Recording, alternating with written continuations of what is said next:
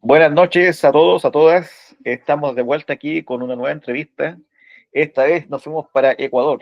Estamos con el compañero eh, Ernesto Flores, que es vocero del movimiento guevarista Tierra y Libertad y también del Partido Revolucionario de los Trabajadores de Ecuador. Esta entrevista es bastante importante porque estamos a 10 y el día mañana 11 hay un paro nacional en Ecuador eh, y por tanto nos interesa saber cómo está eso, cómo va el paro. Y también porque en Ecuador se está cometiendo una injusticia enorme porque el movimiento periodista Tierra y Libertad hace ya bastante tiempo tiene compañeros presos políticos, entre los cuales se cuenta el compañero Omar Campoverde y la compañera Gabriela Gallardo. Y especialmente en el caso de la compañera Gabriela, que tiene una situación de salud bastante delicada. Entonces, con todos estos temas que son bastante complejos, vamos a conversar con el compañero. Bienvenido, compañero. ¿Cómo está? Bueno, muchas gracias por la invitación. Aquí todo tranquilo, preparados para la jornada de mañana en Ecuador, que se ha mencionado, que va a ser una movilización importante en todo el país contra el régimen de Noboa. Para empezar, quisiéramos saber un poco del origen del movimiento guevarista Tierra y Libertad. ¿Cuándo se formó? ¿Cuál era el contexto político que da nacimiento al movimiento? Y bueno, ¿cómo nace el movimiento? Bueno, a ver, nosotros siempre nos gusta irnos atrás en el tiempo para explicar nuestra historia, y justamente eso nos lleva hacia los años 80, que es cuando en el Ecuador se desarrollan algunas apuestas político-militares que buscaban la transformación revolucionaria de la sociedad. Entre las más importantes, quizá Alfaro Vive Carajo y Montoneras Patria Libre, que son quizá un poco más conocidas a nivel internacional. Estas organizaciones para comienzos de los 90 son traicionadas por sus dirigentes oportunistas, obviamente no por los dirigentes revolucionarios que no quisieron entregar las armas, pero estos otros dirigentes terminaron por entregar las armas, ¿no? Y terminaron por rendir estas organizaciones. A partir de entonces quedan pequeños grupos en la ciudad ecuatoriana que siguieron planteando la necesidad de una lucha revolucionaria y que durante los años 90, que fue el apogeo de las movilizaciones indígenas, de los paros nacionales dirigidos por el movimiento indígena, pues jugaron un papel importante, porque muchas de las acciones que se dieron en ese periodo fueron coordinadas con muchas de estas células organizadas que había, que por diferentes razones ninguna logró a tener un alcance nacional o una repercusión como la de Alfaro Vive Carajo y otras.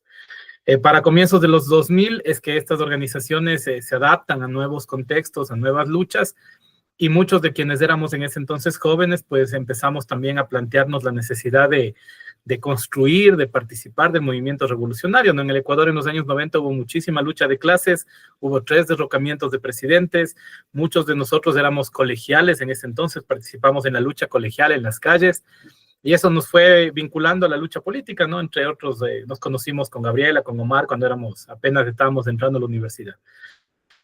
A partir de entonces hay intentos de conformar una organización revolucionaria, pero por múltiples razones no se dieron, y luego llegó la avalancha del progresismo, en la cual muchos sectores políticos aparentemente revolucionarios terminaron vinculándose al progresismo de una u otra manera. Y quizá pocas organizaciones, pocas células no nos vinculamos. Y durante todo el periodo, los 10 años prácticamente que duró el progresismo, pues seguimos haciendo el trabajo político, cada quien por su lado, ¿no? Pero manteniendo esta idea revolucionaria. Más o menos por el año 2003, 2004, nace el movimiento guevarista como una organización, como un colectivo de esta índole que de alguna manera desarrollaba la lucha de clases, también el tema cultural, es decir, era una época complicada, ¿no? Porque las masas de la población ecuatoriana se vincularon al progresismo, ¿no? Entre otras cosas porque, en efecto, en comparación con los neoliberales había una fuerte inversión social y de tales, pero también por el tema del populismo, ¿no? Que es bastante entendible. Pero las organizaciones mantuvimos una línea revolucionaria. Y más o menos para el año 2016 es que comenzamos a hacer nuevamente acercamientos, ¿no? Y a plantearnos la necesidad de organizar una sola fuerza revolucionaria. Es decir, que durante todo este tiempo estuvimos desperdigados, estuvimos golpeados, era difícil mantener estructuras muy pequeñas, algunas tuvimos mejor o peor suerte, y en el año 2017 más o menos se decide en congresos, en asambleas, después de una serie de talleres, que vamos todos a luchar bajo las consignas del movimiento guevarista, ¿no? Que era en ese entonces la organización más visible, porque muchas de estas células ni siquiera tenían nombre, ¿no? Sino que eran estructuras más bien que luchaban, pero no tenían ningún tipo de presencia política, sino en las zonas donde hacíamos el trabajo político revolucionario. Y el movimiento guevarista, que era la más visible, la que en ese entonces tenía una mayor repercusión, un mayor impacto, decidimos apostarle a esa construcción. Y el movimiento guevarista se planteó convertirse en el partido revolucionario del pueblo ecuatoriano, ¿no? Porque lo que nosotros leíamos y parte de las discusiones que teníamos era justamente eso. En el Ecuador no se ha triunfado, no porque el pueblo no haya luchado, no porque no haya habido insurrecciones y levantamientos, no porque no haya habido incluso insurgencia armada, sino porque no ha habido un partido. Es decir, los partidos que han existido jamás llegaron a tener esa condición nacional de un partido revolucionario. Muchos de ellos traicionaron a sus propias bases, hubo infiltración de la CIA, bueno, múltiples razones que tardaríamos mucho en contar, pero al final no ha habido un partido. Entonces el movimiento guevarista se planteó la tarea de construir ese partido. Y a partir de entonces comenzamos las tareas de reconstrucción del movimiento sindical, reconstrucción del movimiento estudiantil, reconstrucción del movimiento campesino, y fortaleciendo una estructura partidaria, construyendo los instrumentos de la revolución. Y eso nos llevó a que en el año más o menos 2019 tengamos la fuerza de hacer una presencia pública importante, ¿no? En las calles, en el gran levantamiento, insurrección, huelga que fue el octubre de 2019 en Ecuador. Pues el movimiento guevarista estuvo en las calles y se volvió una estructura visible, ¿no? Ante la sociedad ecuatoriana. Y eso obviamente llevó a que el enemigo ponga sus ojos en nosotros y, como lo mencionaste, compa, a que muchos compañeros nuestros hayan sido perseguidos durante mucho tiempo y 3 se encuentran encarcelados. Entonces es un breve resumen de esta historia, ¿no? Que nosotros decimos que de alguna manera somos herederos de esa lucha, porque nosotros de alguna manera estamos ahí, tenemos compañeros en el movimiento guevarista que fueron de ABC, que fueron de Montoneras Patria Libre, incluso con nosotros está el último comandante revolucionario de ABC, no es compañero nuestro hoy en día, es militante del movimiento guevarista, y justamente también somos resultado de todo este proceso que se da entre el 2000 hasta acá, ¿no es cierto?, de mucha lucha, de un surgimiento de un proletariado autónomo, uberizado, proletarizado, y que finalmente da origen a una organización como la nuestra. Ahora, en términos tácticos, estratégicos, ¿cómo se define, cómo se plantea este movimiento? Porque históricamente, ¿cierto?, siempre ha estado esa disyuntiva entre la vía armada y la vía legal, el uso del parlamento y el uso de la arma. Bueno, nosotros somos marxistas-leninistas, ese ha sido uno de los consensos en los que se llegó cuando se dio este paso del movimiento guevarista, y por lo tanto nosotros planteamos la combinación adecuada de todas las formas de lucha, ¿no? Creo que eso es la visión leninista, y nosotros aplicamos eso. Nuestra práctica y nuestra lucha no es dogmática, es una lucha donde se plantea que se debe combinar todas las formas en las cuales se pueda golpear a la burguesía e ir asentando las bases para que en algún momento el pueblo conquiste el poder. Esa es nuestra línea estratégica e ideológica. Yeah. Y en términos programáticos, ¿qué plantea el movimiento? Bueno, nosotros resumimos nuestro programa, porque es un programa bastante amplio de 20 puntos, pero lo resumimos en 3 grandes ítems, ¿no? Que sería construcción de poder popular, liberación nacional y socialismo. Nosotros planteamos que el pueblo tiene que construir sus propias estructuras de poder, que tiene que disputar el poder a la burguesía, que tiene que hacerse con el poder en realidad. Creemos que por la configuración económica de la sociedad ecuatoriana el paso al socialismo no será inmediato, porque nosotros tenemos muchos rezagos feudales, tenemos muchos rezagos de una burguesía parasitaria que nunca pudo industrializar el Ecuador, y que por lo tanto habrá un periodo que como guevaristas lo llamamos de liberación nacional, ¿no? En el cual desprendernos de las cadenas del imperialismo y permitir que se dé un desarrollo a nivel de la industria, de la agricultura, de la vialidad, de todo lo que se necesita para poder dar el paso final. Y obviamente nosotros somos marxistas-leninistas, comunistas, nosotros pensamos que hay que construir una sociedad dialécticamente superior, que es el socialismo, ¿no? Camino al comunismo. Y que obviamente dentro de eso implica todos los procesos de socialización de la producción, pero también, como decía Lenin, ¿no? Electricidad más poder de los soviets. Y eso obviamente aplicado a nuestro contexto, pues significa el desarrollo de las fuerzas productivas y el desarrollo del poder popular. Por eso definimos en estos 3 grandes ítems un programa de 20 puntos que contempla el tema de la industria, el tema de la agricultura, agricultura, el tema de la educación, de la salud, bueno, etcétera. Es un programa amplio, pero creo que esos 3 puntos definen bastante bien nuestro programa. Ahora, el guevarismo está presente en toda América Latina y se expresa en orgánicas diferentes en cada país. ¿Cómo se plantea el movimiento con respecto a esa orgánica? A ver, nosotros planteamos que el guevarismo es un estilo leninista de trabajo, ha sido nuestra definición, que recoge las enseñanzas del Che, pero también de todos los revolucionarios latinoamericanos, ¿no? Es decir, esto significa el sacrificio del militante por la revolución, el ir dejando de lado los vicios burgueses para poder construir el proceso que soñamos y queremos, la disciplina revolucionaria, la ética revolucionaria. Es decir, cuando hablamos de ética, nosotros no hablamos de una moralidad burguesa, ni que somos santos, ni nada de eso, porque santos no somos, ¿no? Sino que hablamos de que el militante guevarista debe ser una persona que se entrega a esta causa y que debe tener una ética de trabajo revolucionaria. Nosotros en palabras quizá coloquiales decimos, debes soñar con la revolución, comer con la revolución, acostarte con la revolución, levantarte con la revolución. Es decir, si puedes 24 horas al día servir a la revolución, estás bien. Si puedes 16, también está bien, pero lo que no puedes es ser perezoso, dejar de lado los trabajos políticos. Y si la revolución implica sacrificar aspectos de tu vida personal, afectiva, lo que sea, pues ese es el camino. Entonces nosotros pensamos que eso es lo que construye al hombre y la mujer nueva, ¿no? Un sacrificio revolucionario. Entonces el guevarismo, al ser parte de la historia revolucionaria de América Latina, está llena de estos ejemplos de valor, de sacrificio, de heroísmo, y que nosotros tratamos de emular en nuestra práctica diaria, ¿no? Obviamente, como digo, no somos santos, por ahí habrá momentos en los cuales todo militante tiene debilidades, pero para eso está la ética revolucionaria, ¿no? Para fortalecer al militante, para que la persona sepa que depende mucho del esfuerzo que nosotros hagamos, que este proceso pueda finalmente traer lo que queremos, ¿no? Que es la libertad, la justicia para el pueblo. Y por ese fin, por esa vinculación, por esa responsabilidad que tenemos con las masas, con las bases, pues entonces ser guevaristas íntegros, ¿no? Que es un poco la idea que nosotros planteamos respecto a esto. Ahora, uno de los procesos más de larga duración que ha habido en el último tiempo en América Latina ha sido la influencia que ha tenido la revolución bolivariana en Venezuela y la emergencia del socialismo del siglo XXI. ¿Cómo toman ustedes esa corriente, esa experiencia? Bueno, a ver, hay varias aristas, ¿no? Nosotros creemos primero que todo lo que fue el socialismo del siglo XXI, porque parece que ya en alguna manera ese discurso ya se agotó en muchos países, tiene muchas variabilidades, ¿no? Es decir, no es lo mismo Ecuador, no es lo mismo Brasil, no es lo mismo Argentina, no es lo mismo, bueno, ¿sí? Venezuela, son procesos diferentes. Luego creemos que uno de los grandes méritos que siempre tuvo Venezuela fue esta postura anti-yanqui, ¿no?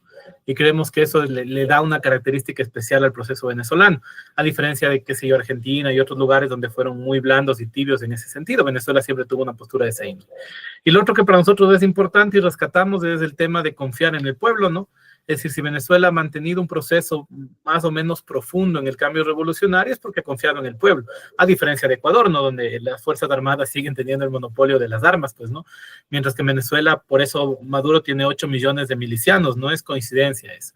Entonces, si bien nosotros obviamente pensamos que ese proceso no es socialismo propiamente porque no cumple con los principios históricamente conocidos como marxismo y de tales, pero lo cierto es que es un proceso de liberación nacional, es un proceso anti-yanqui, es un proceso que ha sido mucho más profundo que el que ha vivido otros países y que además en este contexto, ¿no es cierto?, actual de decadencia del imperialismo, pues se convierte en un faro obviamente de resistencia, ¿no?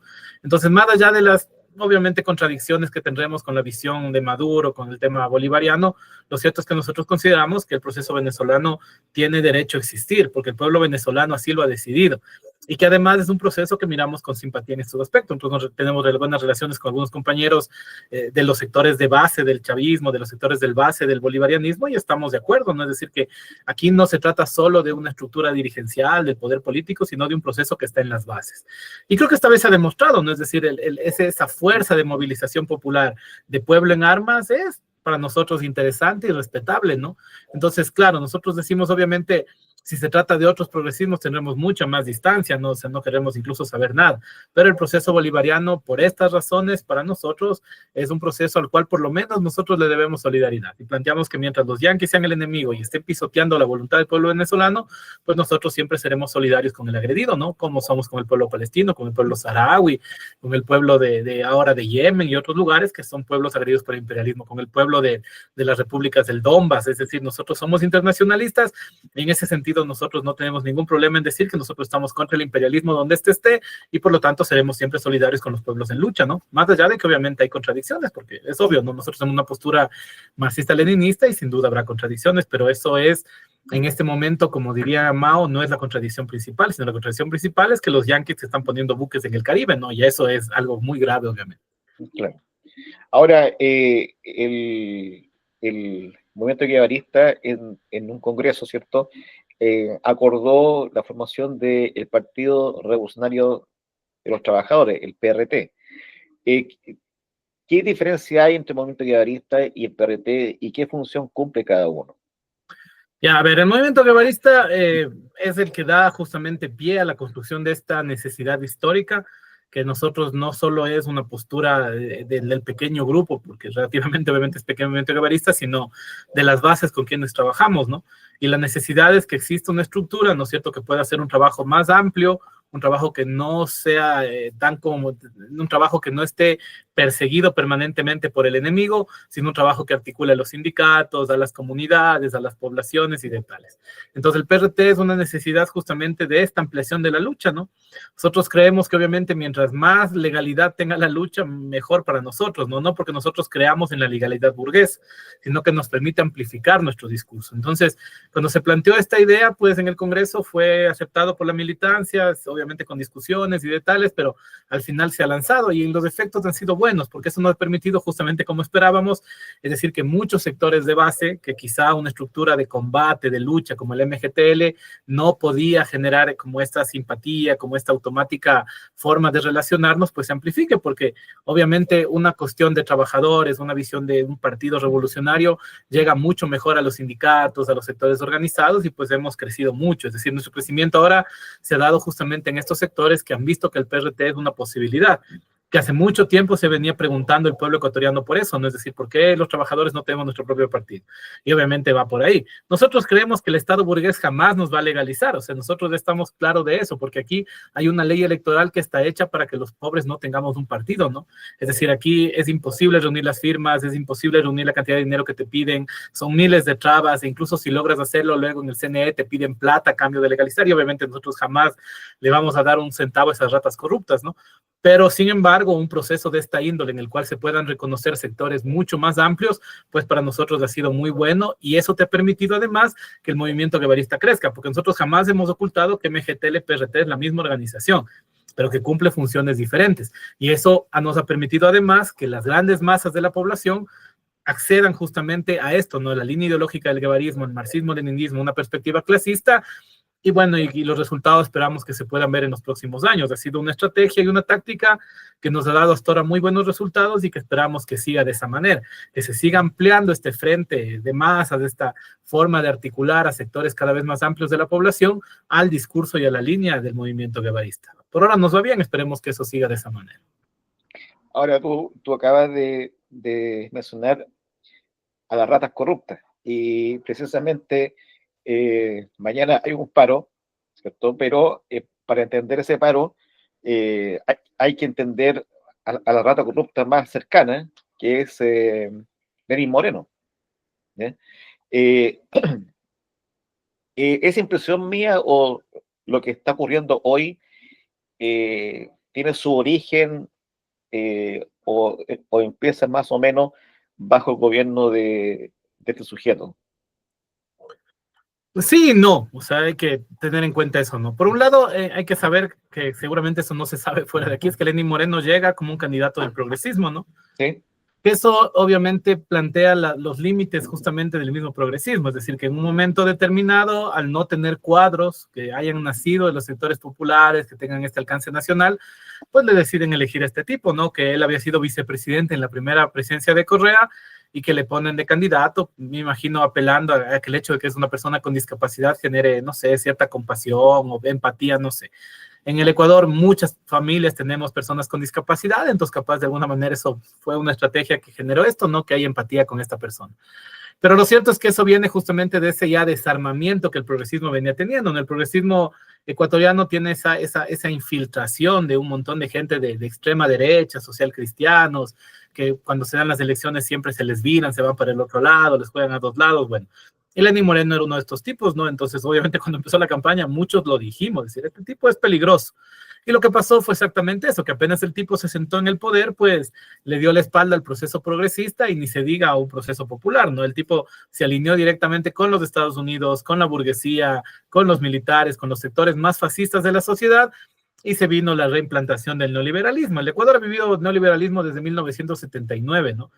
Hubo este periodo del progresismo en el cual de alguna manera se trataron de aplicar otro tipo de políticas, al final un poco ya comenzó, pero cuando vino Lenín Moreno ya fue la aplicación de la receta total, no rajatabla. Y obviamente lo que hizo este tipo fue infiltrar la policía, permitir que el narcotráfico campee en la sociedad, pusieron en la fiscalía a una persona corruptísima que ahora está en Argentina, que es Diana Salazar, que jamás hizo nada con la corrupción, con los narcotraficantes, que ocultó a la mafia albanesa, es decir, una tipa terrible que se dedicó los años que estuvo ahí, que fueron un montón, a perseguir luchadores sociales. En el Consejo Nacional Electoral le metieron a esta tipa Tamait, que es la que ha garantizado los fraudes que están dando en el Ecuador continuamente y que es justamente quien nunca va a permitir que exista un partido de los trabajadores inscrito legalmente, que bueno, tampoco nos interesa mucho, pero bueno, para que la gente sepa, ¿no? Y además de eso permitió y abrió las puertas para que todos los sectores de la sociedad pues se vuelvan agendas del narco. Entonces, Lenín Moreno fue un tipo nefasto. En el paro de 2019 que fue contra él, obviamente hubo 11 muertos, hubo 11 personas asesinadas en las calles de la ciudad de Quito, que quedó totalmente en la impunidad, porque Salazar, su fiscal, nunca investigó absolutamente nada. Hubo personas que fueron arrojadas de puentes, personas que fueron molidas a golpes por la policía y asesinadas, personas a las que les dispararon en la cabeza y les mataron, personas que les pasaron los caballos por encima y murieron, por enumerar algunos casos, ¿no? Que jamás se investigó nada, y finalmente esta rata Moreno se fue amarrando todo, ¿no? Porque dejó todo amarrado para que luego venga Lazo, el banquero, que, bueno, empeoró mucho la situación, porque Lazo era una persona directamente vinculada con la mafia albanesa, ¿no? Que es lo que ahora se sabe, que Salazar tampoco investigó y que la actual fiscalía le exoneró, pero que el Banco de Guayaquil, que el Banco de Lazo es uno de los principales lavanderías de dinero del Ecuador. Entonces, obviamente, con Lenín Moreno, consecuencia, a mi manera de ver, de la crisis interna del progresismo, pues vino la reimplantación de una visión de derecha que en los momentos actuales ha adquirido una forma casi fascista, ¿no? O si no, fascista propiamente en muchos aspectos, pero fue justamente por eso, ¿no? La derecha se sintió golpeada por el progresismo, se sintió asustada por el paro de 2019 y eso le llevó a radicalizar lo que ahora tenemos, que es que el Ecuador se ha vuelto un narcoestado y yo digo un agujero negro del capital en realidad. Ahora, bajo el gobierno de Moreno, ¿cierto? Hubo un estallido social, si que no mal recuerdo. Las condiciones que generaron ese estallido que siguen presentes, se han agudizado. ¿Qué ha pasado con la situación de Ecuador? Porque también a Moreno le tocó en la pandemia y donde hubo una mortandad de personas, especialmente en el campo y indígenas. A ver, digamos, de este punto aclararlo, ¿no? En realidad, donde se dio esta catástrofe humanitaria, de hecho, no fue en el campo la gente lo sobrellevó bastante bien, Yeah. porque las prácticas de salud comunitaria dieron resultado, que fueron prácticas ajenas al Estado, ¿no? Es decir, la gente de las comunidades nunca hizo caso al Ministerio de Salud y creo que por eso les fue bien, pero bueno, es una conversación más amplia.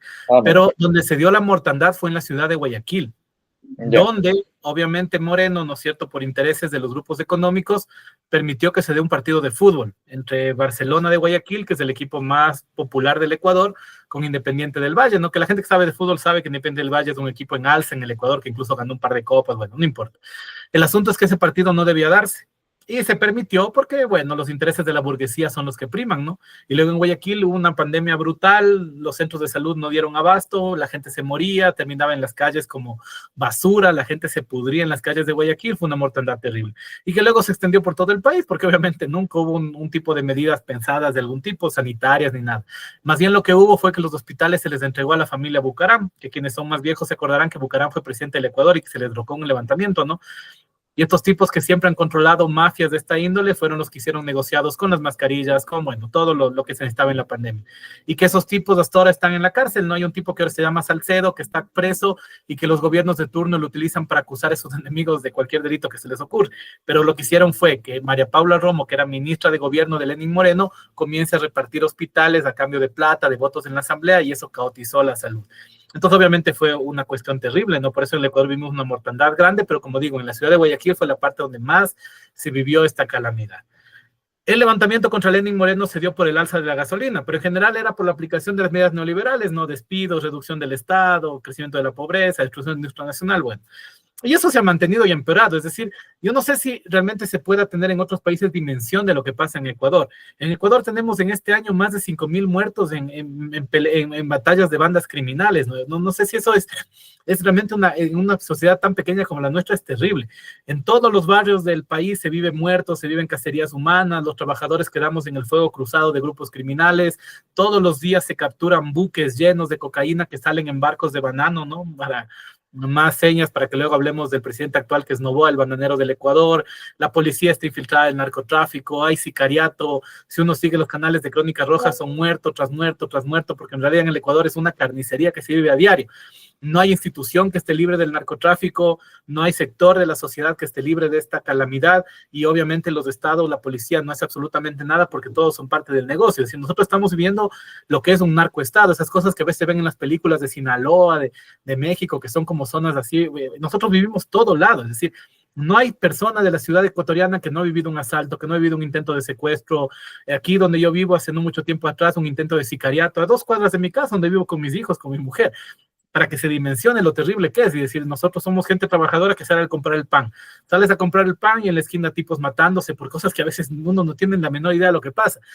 Y eso te lleva obviamente a un estado realmente de miedo, de una cuestión así, que la burguesía se aprovecha para lanzar su discurso fascista, pero lo que uno se olvida es que ellos son los que están en esto. ¿Quién inició esto? Lenín Moreno, es decir, el inicio de todo esto que estamos viviendo viene de esa época, que uno tendríamos que hablar muchas horas para explicar cómo son los flujos criminales, pero lo que se hizo en el Ecuador fue permitir que los carteles controlen toda la sociedad. Y ahora tenemos un narcoestado donde hoy puedo estar hablando contigo, mañana salgo y un fuego cruzado, ahí quedó mi vida, porque en realidad en el Ecuador uno puede morir en cualquier esquina, en cualquier momento, la situación en realidad es así de calamitosa. Como digo, capaz afuera debe oírse algo, pero lo que vivimos en el Ecuador, en ciudades como Manta, ciudades como Durán, ciudades como Machala, es una cosa de muertos todos los días, sangre todos los días, masacres todos los días, y todo relacionado con estos negocios del crimen organizado. Hace unos días atrás entrevistaba a 2 abogados de Perú, el compañero Alex Puente y el compañero Miguel Sánchez, que entre otras cosas nos contaban sobre los efectos que está teniendo en Perú ya hace bastante tiempo, hace bastantes años, del famoso derecho penal del enemigo, ¿ya? Y cómo el Estado peruano, ¿cierto?, no respeta las leyes nacionales, la Constitución, ni tampoco los tratados internacionales con respecto a la prisión política. ¿Qué está ocurriendo en Ecuador con respecto a la prisión política? Ya, a ver, en el Ecuador, lo primero es, al igual que en Perú y en otras partes del mundo, el Estado niega que haya presos políticos, ¿no? Porque se mantiene esta política ya muy vieja, que es justamente de acusarle a los presos revolucionarios de cuántos crímenes se le ocurre a la burguesía acusarle, ¿no? Entonces eso evita obviamente que se pueda, digamos, legalmente mencionar, aunque obviamente eso es claro para todo el mundo, ¿no? Porque los delitos que se atribuyen a los revolucionarios son cosas absurdas, son cuestiones delirantes que nunca pueden probar, pero que sin embargo se generan condenas muy duras. Entonces en el Ecuador al momento actual existen 3 presos políticos propiamente dichos, que son los 3 compañeros del movimiento guevarista, Omar Campoverde, Gabriela Gallardo y Carlos Carhuachi, que se encuentran en condenas de 16 años, 13 años y 5 años respectivamente. Gabriela 5, Carlos 10 y 13, perdón, y Omar 16. Condenas altísimas por delitos que no tienen, nunca tuvieron una prueba. Aquí se les acusó a los compañeros y a mí también, yo también estuve en la cárcel, de trata de personas para conflictos armados, diciendo que supuestamente nosotros estábamos engañando gente para llevarle a entrenarse en la segunda marca Italia. Obviamente nunca probaron absolutamente nada de eso, se consiguieron unos testigos que no sé de dónde se los sacaron, que se contradecían, que se equivocaban en las aseveraciones que hacían, que algunos de ellos confesaron que no sé por qué estaban paseándose por otros países, una de ellas confesó desde el consulado ecuatoriano en Nueva York, es una cosa así que hasta los jueces decían, oiga, pero su testimonio es una completa locura. Policías que nos decían que nos habían visto comiendo, que le habían seguido a Omar a la playa con su familia, con su hijo, con su esposa, otros datos que decían que tal o cual compañero había salido de un hotel tal día, o sea, cuestiones de esa índole, ¿no? Escuchas telefónicas que los policías mismos reconocieron que eran sus interpretaciones, ¿no? Eso está grabado, alguien en algún momento va a ver eso y se va a escandalizar de la gravedad de las cosas. Un celular supuestamente explotado que un policía llevó en el bolsillo, o sea, que fue, cogió en un lado, se metió al bolsillo, llevó a otro lado, cosas que supuestamente encontraron en las casas que nunca tuvieron un peritaje, que nada, o sea, una cuestión así realmente desastrosa. De hecho, yo estoy bastante seguro que la sentencia debía ser inocente para todos, pero el día de la sentencia se acercaron justamente a los jueces personeros de la embajada norteamericana, que además estuvieron a lo largo de las audiencias, y luego de una deliberación larguísima, inentendible, salieron con esta resolución de la condena a los 3 compañeros basados en absolutamente nada. Hasta ahora no tenemos apelación, han pasado ya 3 años, no se ha podido hacer la apelación, es decir, otros como yo seguimos todavía con medidas cautelares, yo tengo un grillete electrónico, o sea, imagínense, yo que soy declarado inocente, tengo un grillete electrónico por razones que nadie entiende, es decir, es un desastre. Y finalmente los compañeros han sido dispersados, ¿no? Que es esto que suelen hacer en España, de coger a la gente y mandarle a diferentes cárceles para que estén dispersados de sus familias, de la salud, de todo. Carlos, que es de Riobamba, que es en el centro del Ecuador, está en Quito, Omar, que es de Quito, está en Chimborazo, y Gabriela, que es de Quito, está en Tungurahua, en diferentes provincias del país, que eso es una calamidad, es difícil sostener a los compañeros, llevarles la medicina, las familias están destrozadas, que es una política de tortura, ¿no? Porque no tiene sentido. Y además de eso viene todo lo que ha pasado en el Ecuador, ¿no? Que en el Ecuador en las cárceles ha habido torturas, ha habido privación de la alimentación, a Gabriela le están privando de medicación, ella tiene un tumor cerebral, Gabriela estaba beneficiada de un habeas corpus por ese tumor cerebral, se lo retiraron, Carlos ha sido torturado por el ejército, le robaron las cosas, recientemente hace 2 semanas entraron los militares a la celda y se les llevaron el jabón y el papel higiénico. ¿Por qué? Inentendible, es decir, entraron a la celda de un preso que además es una persona ya de edad a robársele el papel higiénico, es inentendible, eso es una condición simplemente de tortura psicológica. Y además de eso tenemos en el Ecuador cientos de personas criminalizadas por defensa contra la lucha antiminera, por los paros del 2019-2022, por estar en organizaciones sociales. No sé si se supo en el extranjero, recientemente el expresidente de la CONAIE, Leonidas Issa, capturó a 3 policías que se habían metido a su comunidad de intentarle matar. Es decir, vivimos una circunstancia realmente compleja. Para nosotros la situación más compleja, obviamente, de nuestros compañeros que están en cárceles, donde ha habido más o menos en los últimos años entre 500 y 700 asesinados, ¿no? en riñas entre presos, justamente por el tema que conversábamos de la narcopolítica que vivimos, y nuestros compañeros que obviamente son personas que nunca en su vida han cometido un delito, están en medio de esto, ¿no? No obstante, la prisión política es una trinchera y a pesar de todo, nuestros compañeros han levantado comités internos, trabajan en las bibliotecas, cuestiones artísticas y de alguna manera hacen lo que el Estado no hace, que es contribuir a la rehabilitación social del resto de personas privadas de libertad. Y en ese sentido, ¿en qué pie está el movimiento, digamos, de familiares que pelean por la libertad, tanto de los presos políticos como de los dirigentes sociales que están presos? A ver, aquí es complejo el asunto, porque como es tan diversa la situación de los represaliados, ha costado mucho en realidad unificar las fuerzas de lucha, ha sido muy difícil. Sin embargo, al menos en lo que se puede, se generan redes de solidaridad, se trata de conversar. Nosotros estamos pensando replicar un ejemplo de los compañeros de España, que es generar un encuentro de represaliados por las amnistías para todos. Pero hay que ver, porque en realidad es un tema que nos ha costado.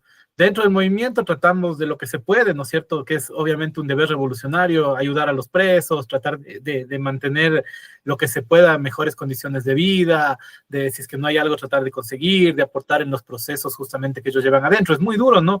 Es decir, yo creo que el enemigo sabe perfectamente que es más difícil un preso que un muerto, ¿no? Porque el muerto por último se le llora, se le convierte en un mártir de la causa y se acabó, pero el preso es un sostenimiento diario. Las familias están destruidas, la familia de Gaby, sus 2 padres han muerto mientras ella estaba en prisión. Omar y Gabriela son un matrimonio, ¿no? Ellos tienen un hijo en común, el hijo que está viviendo con una tía, es decir, es una situación de ese tipo. Entonces es muy difícil, las familias no necesariamente son personas vinculadas a la lucha revolucionaria y tienen que sobrellevar estos pesos que son muy duros, ¿no? Las organizaciones tratan de hacerlo mejor, es un compromiso revolucionario, como digo, pero en realidad es complejo. Y yo creo que el enemigo hace esto por esa razón, es decir, porque cuando tenemos un preso, realmente se nos complica 1000 veces más el proceso político, porque es difícil, no es una cuestión dura en una sociedad muy empobrecida como la nuestra, pero bueno, hasta el momento, de alguna manera hemos logrado solventar al menos de nuestros presos. Ojalá podamos, como digo, el día de mañana generar un proceso de amnistiados, de unificar a todos los perseguidos del país, pero yo creo que eso va a tomar tiempo por las dinámicas complejas de la política en el Ecuador. Ahora, dentro de toda esta crisis que tú mencionas, el narcoestado, el crimen organizado, la presión política, los ajustes económicos, qué sé yo, ¿qué posición asumen las centrales sindicales en Ecuador? Bueno, es difícil también. A ver, aquí existe una central histórica que se llama el FUT, que es la central más antigua, que es de los años 70 más o menos, que durante los 80 hizo 2 huelgas generales, en el 83, y creo que la última, no sé, fue ese mismo año, pero agosto, diciembre, algo así. No recuerdo ahorita exactamente las fechas, y desde entonces nunca más, es decir, hasta el día de hoy nunca más hubo una huelga general en el Ecuador. Entonces eso ya dice mucho, ¿no? Es decir, de que quizá mucho de ese proceso está agotado. Yo me llevo, incluso no hace mucho me reuní con el compañero presidente del FUD conversando justamente de esto, ¿no? Es decir, que quizá hay una gran debilidad en la estructura sindical. Entonces, más allá de estas complejidades, que bueno, tampoco me gusta mucho echar más leña al fuego porque ya el enemigo nos lanza con todo encima nosotros también, entonces más bien hay estas problemáticas, pero en realidad en el Ecuador hay un problema también de fondo y es el hecho de que aquí no existen industrias, no hay fábricas, no hay nada. Entonces aquí apenas el 3% de la población laboral está sindicalizada, apenas un 30% tiene un trabajo estable y el 70% restante somos trabajadores de la calle. Entonces, a veces nos reunimos, por ejemplo, con grupos de pobladores, decimos, a ver, ¿quién de ustedes está en un sindicato? Ninguno. ¿Quién tiene trabajo? Tampoco, porque en el Ecuador el 70% de la gente estamos en el desempleo, en el subempleo. Entonces, claro, el sindicalismo se ve reducido porque en realidad la población que tiene acceso a un sindicato es muy pequeña y eso creo que genera la necesidad de ir pensando nuevas formas. Existen otros sectores, si existe la CUT, por ejemplo, que la CUT es el sindicato de la patronal, que ellos siempre están para firmar todo lo que la patronal dice y con eso la patronal justifica que ha negociado con los obreros. Y hay otros sectores en los cuales estamos nosotros, que son sindicatos que tratan de generar un nuevo proceso sindical. Nosotros trabajamos con organizaciones de comerciantes, de trabajadores autónomos, de otros sindicatos también propiamente dichos, pero que tienen una visión diferente a la de los compañeros del FUS. Es decir, hay como esta tendencia más tradicional que está para mi gusto, muy estancada en una visión del pasado y que no ha podido actualizarse a las nuevas condiciones, además de otras complejidades políticas internas, pero también existen estas otras potencialidades, ¿no? Entonces nosotros aquí le apostamos a la sindicalización por rama, le apostamos a la construcción de sindicatos de estos nuevos trabajadores, como los trabajadores de las plataformas, como las personas que estamos uberizadas, como el trabajador de la calle. Trabajamos también mucho con sectores, por ejemplo, en Quito tenemos, son parte del PRT, un sindicato muy grande de Maceo, es decir, tratamos de construir por ahí. Y eso son lo que hay, es decir, y por ahí algunas otras organizaciones que van surgiendo y tienen ahí su proceso político. Pero hay una debilidad, porque en parte por esa cuestión estructural, en parte por lo político, en parte por las divisiones que ha habido, nuestra propuesta es que hay que reconstruir ese movimiento tomando en cuenta esta nueva realidad, estas nuevas necesidades. Nosotros también creemos que a los jubilados hay que organizarles, son un sector muy grande de la población que también a veces no se toma en cuenta, pero por ahí está un poco la lucha. Entonces aquí hay una gran debilidad a nivel sindical, que sea un poco el resumen, pero hay alternativas que van surgiendo. La movilización del 11 es convocada por el FUD, muchos nos sumamos porque consideramos que es importante hacerlo, pero vamos viendo, ¿no? Es decir, qué tanto se avanza, hasta dónde se puede impulsar este proceso y en realidad si estas contradicciones propias de esta organización les van a permitir quizá algún día soñar con convocar nuevamente una huelga general como debe ser, pero por ahora está difícil eso.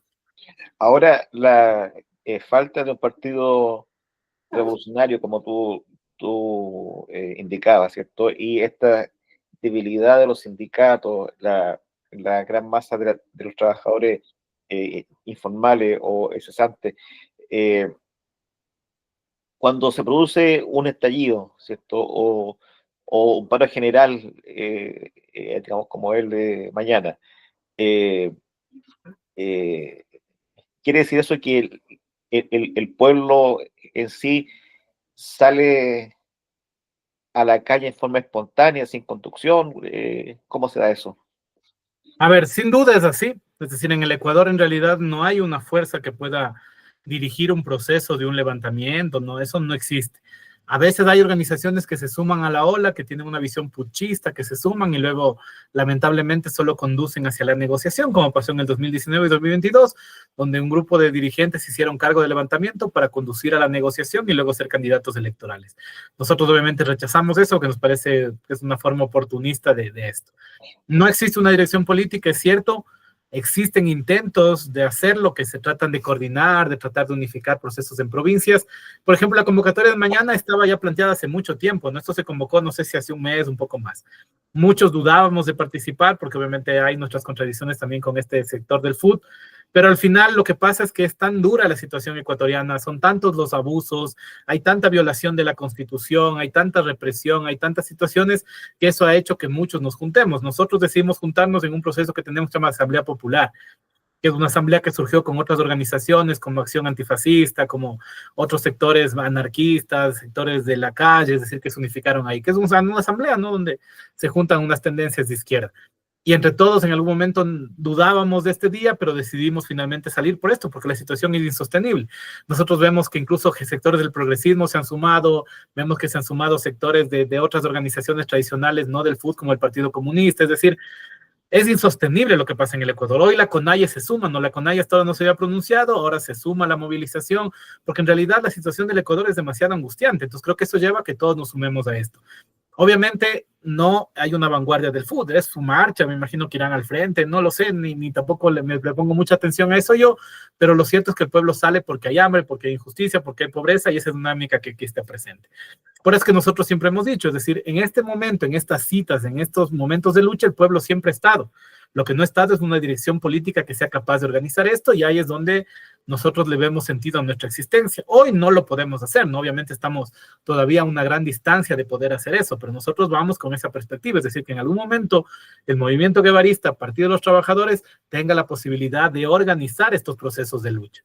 Quizá no solos, quizá en frentes, ¿no? Aquí hay organizaciones revolucionarias también, no somos los únicos, no somos los mejores, ni mucho menos. Pero obviamente es la apuesta a la que nosotros la hacemos y quizá más sectores en algún momento se sumen y tomen la misma decisión. Este espacio de la Asamblea Popular es eso, no tratemos de organizarnos, tratemos de que esto no nos tome de sorpresa, que no nos gane la espontaneidad, que podamos hacer cuestiones más políticas. Quizá con los sectores antifascistas hemos tenido problemas en algún momento, no siempre, nos caemos bien, nos caemos mal, no importa, ese es un momento muy complejo, sentémonos a conversar. Y un poco esto es lo que ha generado estos espacios, ¿no? Lo mismo, el hecho de sumarse a la movilización del fútbol, yo entiendo que es esto, es decir, ya esto está insostenible, no nos gusta estar aquí, pero tenemos que estar aquí porque no se puede más. Lo que vive el Ecuador es realmente una circunstancia muy, muy desesperante, entonces eso lleva a este tipo de procesos. Espontáneos sí, pero habrá que ir viendo si los aprendizajes nos permiten dar ese salto dialéctico en algún momento. Así parece, ¿eh? Parece que en todos los países del continente hay una crisis bastante profunda, porque lo que tú me relatas es muy parecido a lo que también me contaban los compañeros de México, del Frente Nacional de Lucha por el Socialismo y el Comité Cerezo. Es muy parecido. El narcoestado, el narcotráfico, derechos políticos inculcados, prisión política, persecución, pobreza, miseria. Eh, También en Perú, en Bolivia. Y bueno, Chile tampoco le hace nada de mal. Eh, con el gobierno que hay acá en Chile, no sé cómo se verá afuera, pero de izquierda no tiene nada. Es un progresismo que aplica la receta del Fondo Monetario y en las políticas yanquis, en la política exterior. Y dentro de eso último, de la política exterior, eh, eh, en la costa venezolana, ¿cierto?, están los buques norteamericanos, ¿cierto? Y esta amenaza de invasión, de intervención directa militar, eh, ¿ha tenido algún impacto en la política interna de Ecuador? Ni mucho impacto. A ver, Daniel Noboa, que es el actual presidente, él es un heredero, ¿sí?, de uno de los grandes monopolios bananeros del Ecuador. Sí, su abuelo fue el que fundó este monopolio después de una serie de acciones de dudosa procedencia y legalidad, y terminó fundando un monopolio. Su padre intentó ser presidente, las generaciones anteriores no comieron ese cuento y le vencieron en las urnas, y finalmente el nieto logró la presidencia del Ecuador. Justamente amparado en este asesinato que quizás supo en otros lados de este tipo que era Villavicencio, que era el alfil de la derecha, ¿no? Que luego sacaron unos chats donde sabía que este tipo andaba extorsionando narcos y cosas así, que finalmente por ahí parece que alguien le mató. Nadie sabe bien quién le mató, es un misterio, a nadie le interesa investigar, pero lo que hicieron fue culpar al progresismo de eso, ¿no? En un discurso ahí delirante, pero impuesto por los medios de comunicación. Y eso llevó a que este Noboa gane.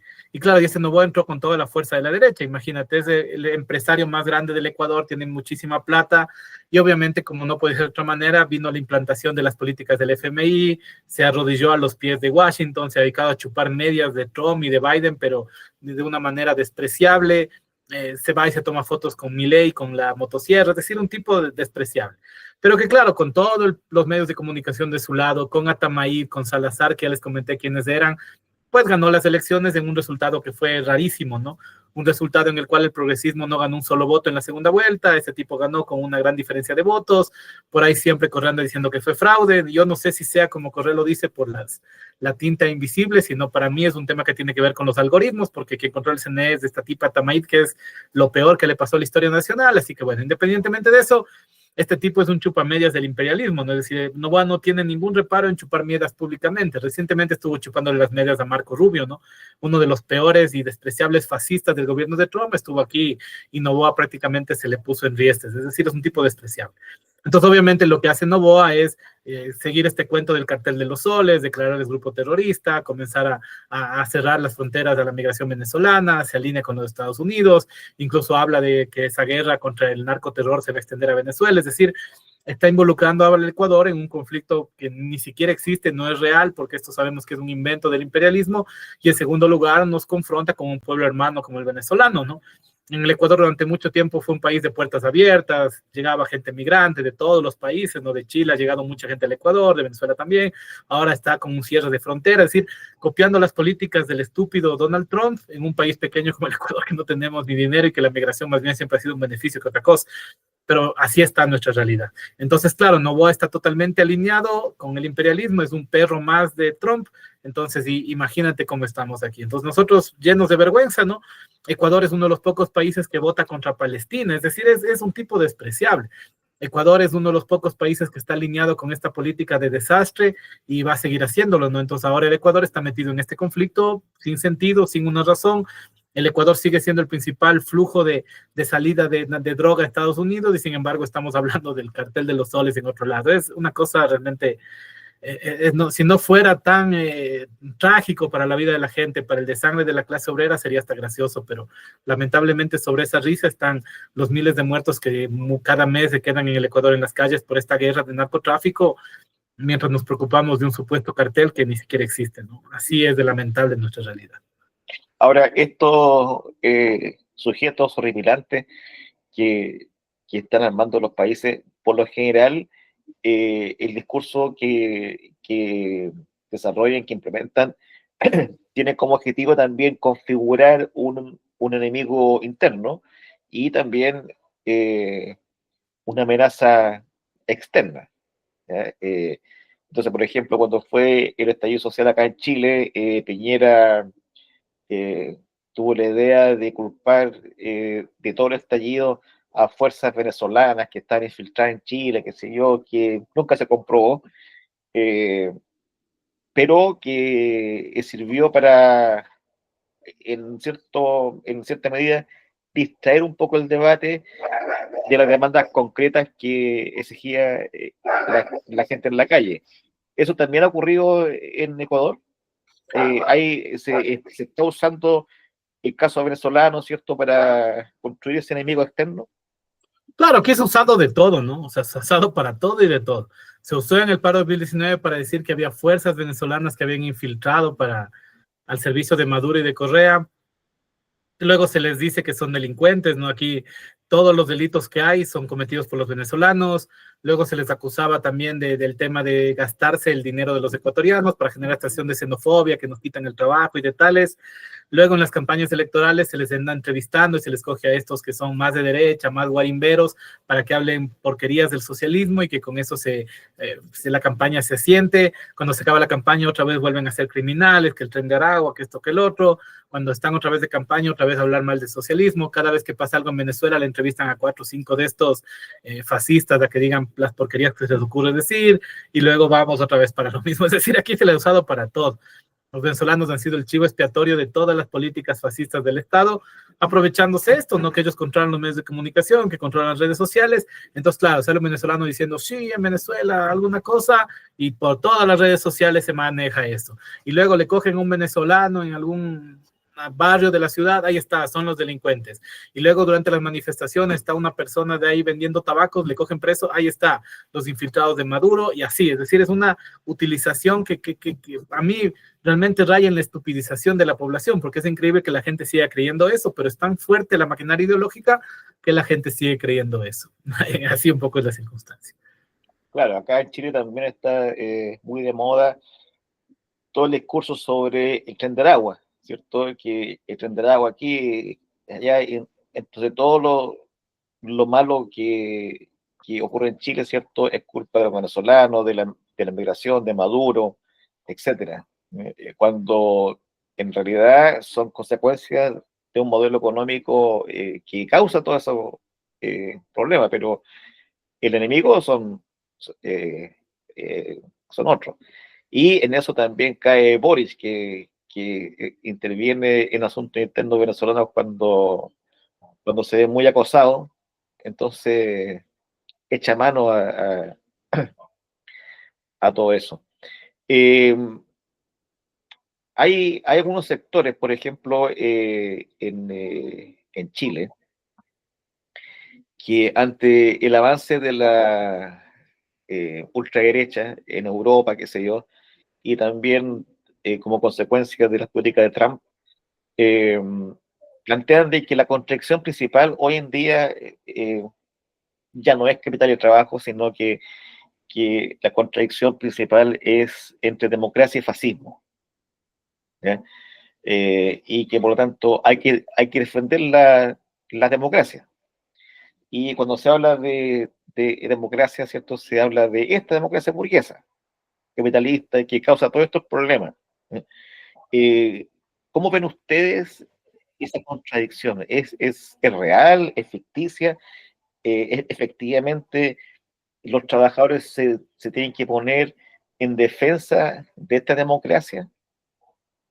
No, para nada, ¿no? Para nosotros eso es obviamente un discurso del revisionismo de la socialdemocracia. A ver, para nosotros quedan claras varias cosas, ¿no? La primera cuestión que queda clara es que la socialdemocracia siempre asiente el ascenso del fascismo, ¿no? Porque no tiene una política real hacia los sectores trabajadores, entonces eso asienta su ascenso. Es quizá la izquierda del fascismo en algunos casos también, como pasa en Europa, ¿no? Es decir, Macron y los otros no es que son tan diferentes, ¿no? Así que por ahí va lo mismo.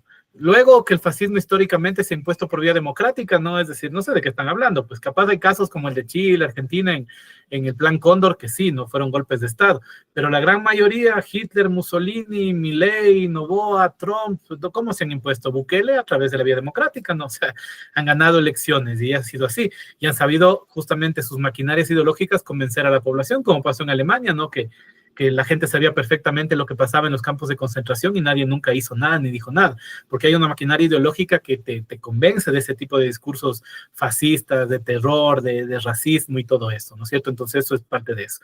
Entonces la contradicción sigue siendo capital trabajo. De hecho, el capitalismo, cuando siente la burguesía peligro real de perder su poder, es que recurre a esto, ¿no? Y justamente recurre en América Latina después de qué? Después de los grandes levantamientos que hubo entre el 2019 y el 2022. No nos olvidemos de Ecuador, Chile, Colombia, Haití, Bolivia, Brasil, Panamá, vivieron realmente estallidos sociales muy fuertes. Y luego de esto viene esta avalancha, Milei, Bukele, Noboa, y vamos a ver quiénes otros personajes de estos terminan en el poder. Pero es justamente porque la burguesía sintió que el proletariado estaba despertando. Entonces, ante la debilidad que tiene, recurre al lumpen, ¿no? Que son los fascistas, y los convierte en administradores de la sociedad.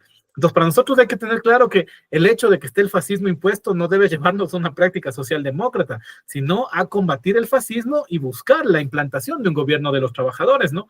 Obviamente, una política que hemos utilizado los comunistas es la del Frente Popular, en la cual se unifican todas las fuerzas antifascistas, sí es cierto, pero bajo nuestra dirección. Es decir, lo que pasó en Francia hace un momento, ¿no es cierto? Cuando iban a ganar los fascistas, ¿qué fue? Demostró que el Frente Popular funciona como estrategia, es una estrategia que nunca ha fallado. Pero si no es trabajo nuestra dirección, termina Macron en el poder.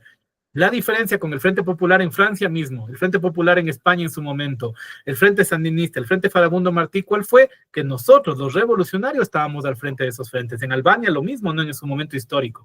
Entonces, obviamente, habrá un momento en el cual nosotros construyamos un Frente Popular antifascista, pero ¿quién tiene que estar al frente? Los comunistas y revolucionarios. Esa es la estrategia y la táctica que nosotros seguimos y debemos seguir. Hoy que en el Ecuador estamos frente a este fascismo, este narcofascismo incluso, ¿qué debemos hacer? Construyamos un frente antifascista. Si hay sectores que no son comunistas, que son antifascistas, bienvenidos, pero la dirección la tiene el proletariado. Y eso creo que es lo que se olvidan aquí, ¿no? Entonces, obviamente, estos sectores progres, estos sectores woke, estos sectores socialdemócratas siempre quieren confundir al proletariado. ¿Por qué? Porque ellos no quieren que haya una revolución, ¿no? Ellos son justamente la pata coja del fascismo y siempre van a jugar a eso.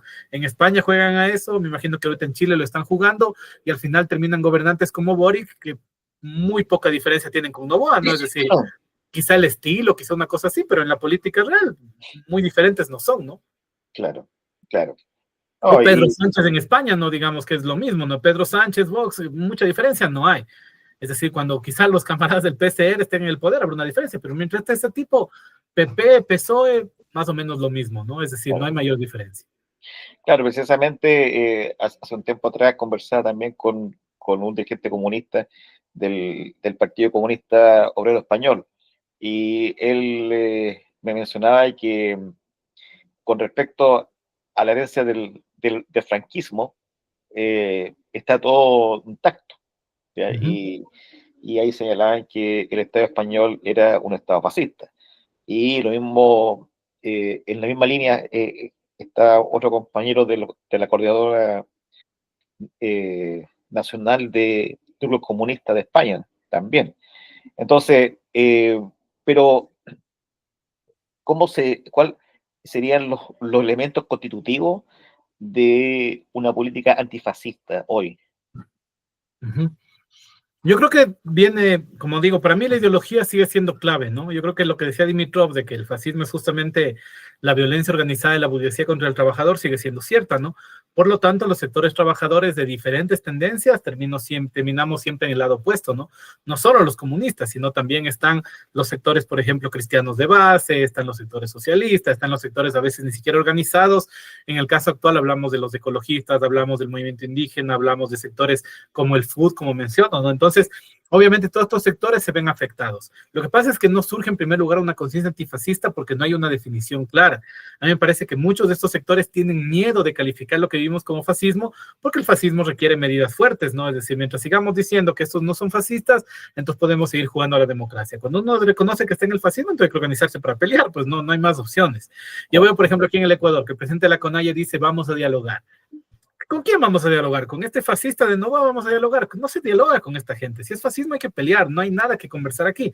Pero obviamente estos sectores tienen siempre sus intereses electorales, politiqueros, y buscan establecer eso. Entonces creo que lo primero es que tiene que generar esa conciencia. Y lo segundo es que una vez formada la conciencia hay que unificarse para la lucha. Entonces nosotros obviamente como leninistas que somos no pensamos que esto surge a la noche a la mañana y de repente todas las masas están convencidas. Por ahí pasaría alguna vez en el tiempo, ¿no? Pero no suele ser así. Empecemos por quienes están convencidos, nuestra estrategia, ¿no? Empecemos con estos sectores más organizados, más claros ideológica y políticamente, más dispuestos a enfrentar lo que estamos viviendo y vamos juntándonos, ¿no? Ese es un proceso largo. El tema de los frentes que hablamos fue hace 100 años atrás, ¿no? Es decir, ha pasado mucha agua bajo el molino, hay que entender las nuevas dinámicas que hemos entendido nosotros, que los sectores de ahora son heterogéneos, son complejos, no son obreros de fábrica, son trabajadores de las calles. Un trabajador de la calle es mucho más desorganizado que un trabajador de fábrica, por obvias razones, ¿no? La calle es muy difícil, es muy dura, la calle no hay sindicato, la calle no hay organización, la calle es sobrevivencia, entonces eso cuesta un poco más de tiempo. Es un trabajo que se tiene que hacer y cuando se hace los resultados son magníficos, pero Entendamos las circunstancias, comencemos con los cercanos, generemos la conciencia antifascista en la población y de ahí de a poco vamos nosotros avanzando, ¿no? Creo que es un camino largo porque hay una maquinaria ideológica trabajando y no solo en el enemigo, sino dentro de nosotros mismos. Por eso quizá una de las primeras batallas es desenmascarar a las ONGs, a los revisionistas, a los conciliadores que están insertados en el seno del pueblo y que tienen que ser expulsados para poder triunfar en esta batalla, ¿no? Porque si no es complejo. Ahora, ¿qué dirías tú? Porque con respecto a lo siguiente, que, por ejemplo, alguien podría decir, mira, Noboa no es fascista porque no es Hitler, Noboa no es fascista porque no es Mussolini, no es Franco, y porque si uno analiza, qué sé yo, el discurso Noboa, el programa, no es calco ni copia de lo que plantea Hitler. ¿Eh? Eh, ¿Cómo se entiende eso?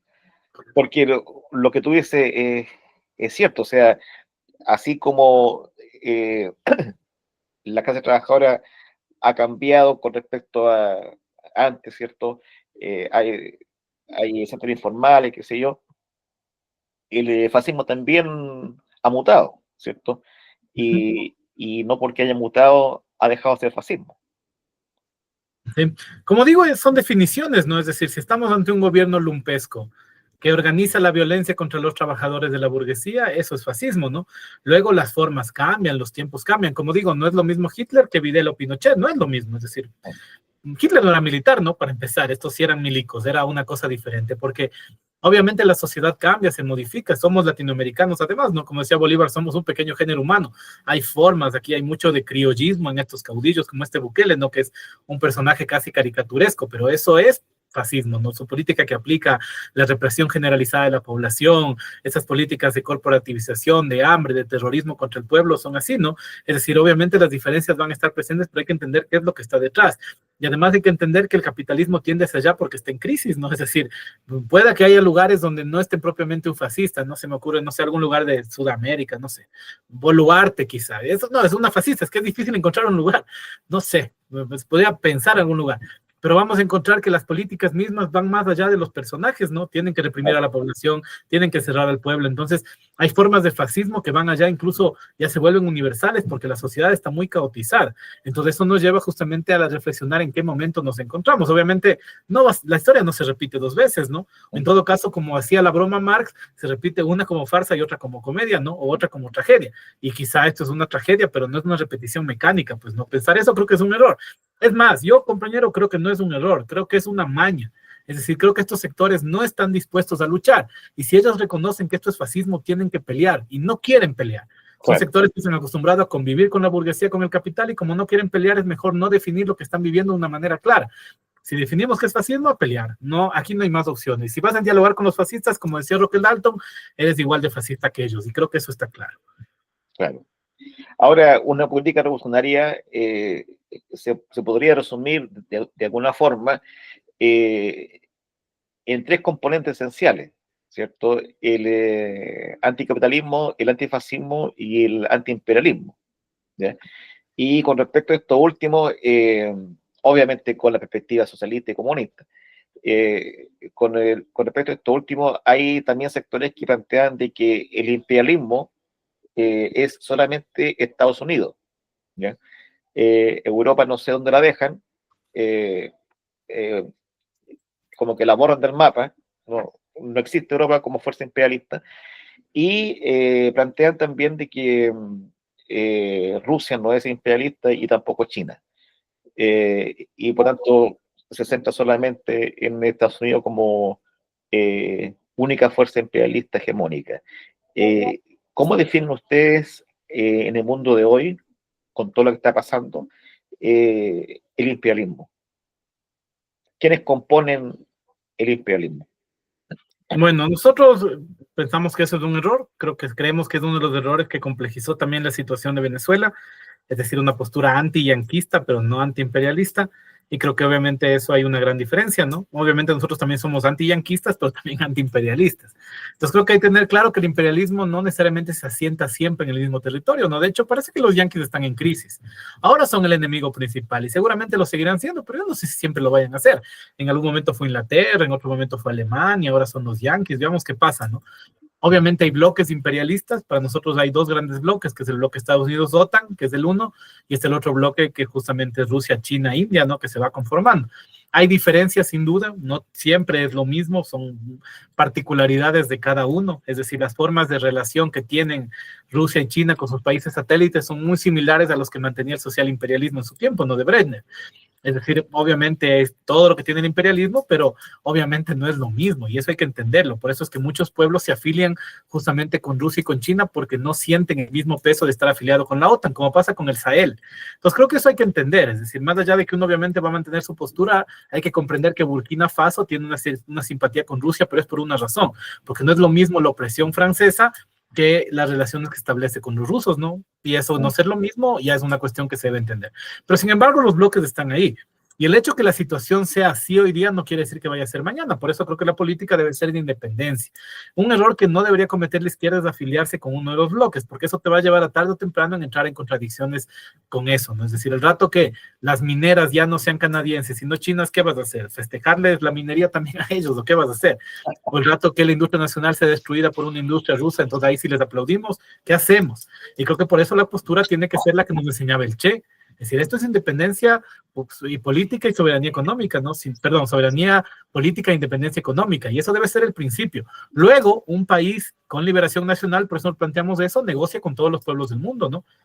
Pero eso ya lo hace en condiciones de igualdad, en condiciones de respeto, como es un poco la propuesta. Entonces creo que eso al final termina siendo un error para quienes lo adopten, por lo tanto la postura sigue siendo la misma, que no quiere decir que los gringos no sean el enemigo principal, ¿no? Porque para Latinoamérica es claro que ellos son quienes nos pisan el cuello todos los días, por ahora. Y por lo tanto, ahora, por eso digo, somos anti-yanquistas y tendremos que responder siempre contra ellos, porque el imperio es justamente eso, ¿no? Lo que está sobre nosotros. No sé si otros pueblos cuenten otra historia justamente por la lejanía o la distancia, creo que no, porque los gringos son casi universales, pero al menos para los latinoamericanos es nuestro enemigo directo, sin que dejemos de considerar y entender que el otro también es parte de la historia, ¿no? Pero como digo, es esto, ¿no? Es siempre tener una postura, entender y saber a dónde nos atendemos en el futuro. ¿Y qué sucede ahora, no? Claro. Ahora, ¿qué rol juega en todo este nuevo orden imperialista que está ahí naciendo los BRICS? Porque también hay otros que plantean que los BRICS vendría a ser una especie de contrapeso a los Estados Unidos o prácticamente un polo de los pueblos, ¿ya? De los países emergentes, no sé. ¿Qué opinión tienen ustedes de ello? Bueno, nosotros no diríamos que es un polo de los pueblos, eso no es nuestra creencia. Que creemos que sí es un surgimiento de una alternativa económica porque los Estados Unidos no aguanta más. Es decir, quien al día de hoy se afile con los yanquis, se afila al desastre. Eso es claro, porque Estados Unidos está en una crisis terrible. Es decir, Estados Unidos tendrá potencial militar, tendrá todavía el poder político, pero Estados Unidos tiene una crisis increíble, ¿no? Estados Unidos es el país más endeudado del mundo, ha destruido su industria nacional, tiene cientos de ciudades fantasmas de fentanilo. Es decir, Estados Unidos es una catástrofe. País que se alinee con ellos está en crisis. Pasa en Francia, pasa en Chile, pasa en Ecuador, pasa en Argentina. Es decir, todos los que están afiliados a ese bloque están hechos pedazos. Obviamente hay mejores condiciones para la producción y el desarrollo en el otro bloque. ¿Por qué? Porque el otro bloque sigue aplicando políticas del socialismo, planificación económica, protección de la industria nacional. Esas son las claves, ¿no? Y eso al día de hoy para el mismo capitalismo es mejor que este libre mercado de locura que estamos viviendo acá. Entonces, obviamente, si mañana cualquiera de nuestros países comienza a aplicar esas dos medidas, planificar la economía y proteger la industria nacional, no dudes que va a mejorar económicamente. Y país que aplique esta basura del FMI, de este liberalismo que es un desastre automático, va a entrar en crisis, ¿no? Entonces, es cierto que los países que nos afiliamos con los yanquis nos hacemos pedazos. Y obviamente países que se afilian con esta otra forma de producción capitalista igual, tienen mejores condiciones económicas sin duda. Y por eso surge esto de los BRICS. Pero no es algo que nazca de los pueblos, ¿no? Los pueblos tenemos nuestro propio camino. Entonces, quizá ahí sí el Sahel, quizá ahí las fuerzas que están luchando ahora en Nepal, en Palestina, en otros lugares, son parte de lo que vamos a construir, ¿no? Pero creo que para eso falta todavía un poco de tiempo. Pero eso creo que hay que tenerlo en cuenta, ¿no? Pero ¿Qué te demuestra esto? Te demuestra que estas formas diferentes a la forma de capitalismo liberal son mejores económicamente, ¿no? En la cruel pragmática de la vida. Y eso para nosotros es alentador, porque eso nos indica a nosotros que en el camino de la pragmática económica no estamos tan perdidos. Pero sin duda eso en algún momento debería imponerse desde un proceso revolucionario, ¿no? Pero bueno, eso faltará algún tiempo para que se dé. Ahora, por mucho tiempo, la teoría política y todo lo que dice relación con cómo el mundo se ordenaba, dividió al mundo básicamente en dos sectores, los países desarrollados y los países subdesarrollados. ¿Sí? Y los desarrollados, Europa, Estados Unidos, ¿cierto? Pero, ¿cómo se entiende eso? O sea, ¿cómo se define un país desarrollado y subdesarrollado? Y esto lo pregunto porque, por ejemplo, por cuestiones de diferencia horaria de día, eh, en, eh, en Nepal queman el Parlamento, y en Francia las imágenes que hay con respecto a la huelga y las marchas son pero multitudinarias y también de expresiones de violencia popular bastante fuertes. Eh, y también, o sea, eh, en Alemania, por ejemplo, existe 23% de pobreza. ¿Ya? En España algo parecido, en Italia también, en Francia también. Entonces, cabe la duda, eh, eh, ¿cómo se define un país desarrollado? ¿Cómo se define un país subdesarrollado cuando estas imágenes son casi simultáneas y el conflicto social, la lucha de clase, es muy parecida? Uh Y -huh. la respuesta de los trabajadores también es bastante parecida. Bueno, a ver, creo que para nosotros la definición más correcta sería países imperialistas, países neocoloniales, coloniales y semicoloniales, ¿no? Que es un poco la definición que creemos nosotros que se explica un poco mejor la circunstancia, ¿no? Y eso va, como todo proceso capitalista, esto tiende a la acumulación. Entonces, para nosotros, países que antes eran países imperialistas, cada que van perdiendo peso, ¿no? Para nosotros, Europa ha demostrado totalmente que son países neocoloniales. Es decir, si bien de alguna manera tienen cierta fuerza militar y de tal, están totalmente sometidos a los gringos, ¿no? Estas escenas deplorables de todo esto de la Unión Europea chupándole las medias a Trump, como yo digo, son patéticas, ¿no? Pero hablan justamente de la debilidad que ellos tienen. Europa ya no es soberana, Europa hace lo que los gringos le dicen. Entonces, Europa se metió en la guerra con Rusia, ¿por qué? ¿A cambio de qué?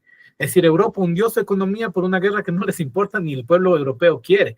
Ninguno de los países europeos quiere esa guerra. No les interesa meterse en la guerra de Ucrania. Y sin embargo están metidos por presión de los yanquis, ¿no? Entonces, a mí me parece que Europa hace mucho tiempo dejaron de ser potencias y pasaron a ser países de segundo orden, es decir, son países neocoloniales. Entonces, sin duda, los países como nosotros, ¿no es cierto?, semicoloniales, qué sé yo, vamos a estar siempre en esta contradicción y nosotros vivimos siempre al borde de la crisis.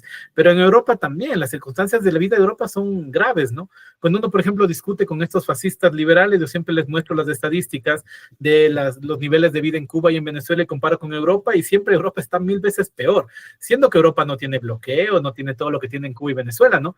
Y sin embargo, España, Alemania están hechos pedazos en muchos aspectos. Alemania no tiene ni luz, han vuelto a la producción de carbón, porque los gringos le prohibieron la energía nuclear y están sin gas de Rusia. Imagínate lo que es ese desastre. Entonces, obviamente, lo que va a pasar es que van a estallar. Entonces, lo que pasa en Francia tiene que ver justamente con el hecho de que Francia es un país de segundo orden, de que se metieron en una guerra por una aventura de los gringos que no les importa y que les dejó sin gas y que les dejó una grave crisis y que el día de hoy en realidad no lo pueden controlar. Entonces la lucha en el mundo se extiende porque realmente creo que las potencias se han reducido a tres, ¿no? Se han reducido a Estados Unidos, Rusia y China y el resto están en la ruina. Y los países que medio sostienen sus economías han generado unas economías más o menos sustentables, como hablábamos hace un momento. Pero Europa, América Latina, la mayoría de África, el sudeste asiático están en ruinas. Lo que pasa en Nepal, mucha gente habla de que es una revolución de colores porque dice que el Partido Comunista va ahí, pero es un partido comunista como el de tu país y del mío, ¿no? O sea, no es el Partido Comunista revolucionario quien está ahí en el poder. Son unos traidores que hace más de 10 años entregaron el poder a la burguesía y que se han dedicado a destruir ese país desde adentro, ¿no? Entonces, obviamente, a esa gente se les hizo una insurrección, que hay interés imperialista sin duda, que hay interés del fascismo también, pero también un sector muy importante que está en la lucha fueron muchos de aquellos que lucharon en la guerra popular, los maoístas, contra el gobierno monárquico de Nepal, ¿no? Es decir, esas son las condiciones, pero es porque el mundo va en ese camino. El capitalismo tiende a la concentración, no a la distribución, y cada vez más países van a hundirse acá. Me sorprende que Europa de aquí, si esta guerra se mantiene en Ucrania en 10 años, esté peor que América Latina, ¿no? Sun Claro. Tzu decía hace miles de años que lo peor que le puede pasar a un país es una guerra, ¿no? Y Putin creo que lo sabe muy bien. Yo creo que Putin no toma Kiev para asfixiar a Europa, es mi hipótesis. No porque no pueda, es porque sabe que mientras más tiempo tenga esa guerra, Europa va a quedar más de rodillas cuando esa guerra termine. Porque mantener una guerra 10, 15 años es terrible. ¿Qué les pasa a los yanquis que mantienen guerras en todo lado durante décadas? Y una guerra es lo peor que le puede pasar a una sociedad. Sun Tzu lo decía hace mucho tiempo y sigue siendo verdad al día de hoy.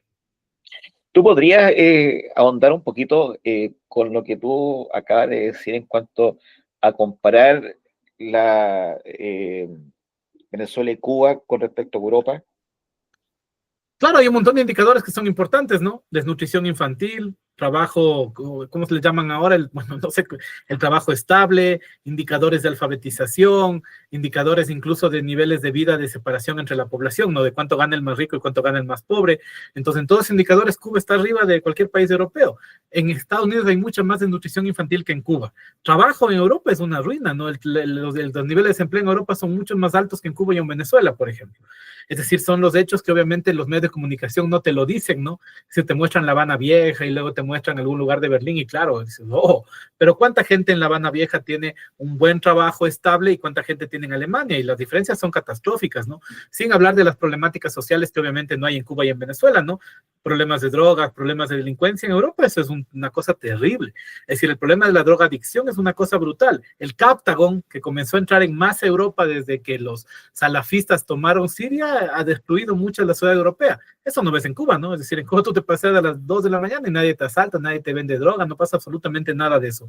Europa está en la ruina. Entonces, claro, uno se fija quizá estos indicadores de cuánto es el PIB y cuánto es el salario básico y parece que es un desastre, ¿no? Pero luego comparas, dices, pero ¿cuánta gente tiene un empleo adecuado en Cuba y cuánta en Europa? Y no hay comparación. Y los niveles de pobreza extrema son más grandes en Europa que en Cuba y en Venezuela. Los niveles de crecimiento económico son mejores, obviamente, en Venezuela y en Cuba, ¿no? Eso tampoco te lo van a decir. Pero Venezuela, los últimos años, ha estado siempre sobre el 5%. Vayan a ver cuánto está Alemania, cuánto está Suiza, cuánto está Corea del Sur. Están en el 2, en el 1%. Así son crisis económicas terribles. En Europa, ¿por qué? Porque se metió una guerra que no debían haberse metido. Una guerra es desastrosa. Cuba y Venezuela no tienen guerra, no soportan un bloqueo, cosas así, pero no están metidos en ninguna guerra. Los europeos sí están en estas condiciones. La crisis que tienen en Alemania con la electricidad es grave, ¿no? Eso, pon ojo que eso en el futuro va a ser muy complejo, porque cerraron su energía nuclear por presión de la OTAN, no tienen gas, están con carbón, el carbón es carísimo, ¿sí? Y ese carbón carísimo no abastece a la población. Por ahora están sobreviviendo. Veamos qué pasa después. Ahorita se dice que Rusia ya no va a vender a Europa nada de gas porque abrieron justamente este gasoducto hacia China en la última reunión que tuvieron Putin con Xi Jinping. ¿Qué va a hacer Europa?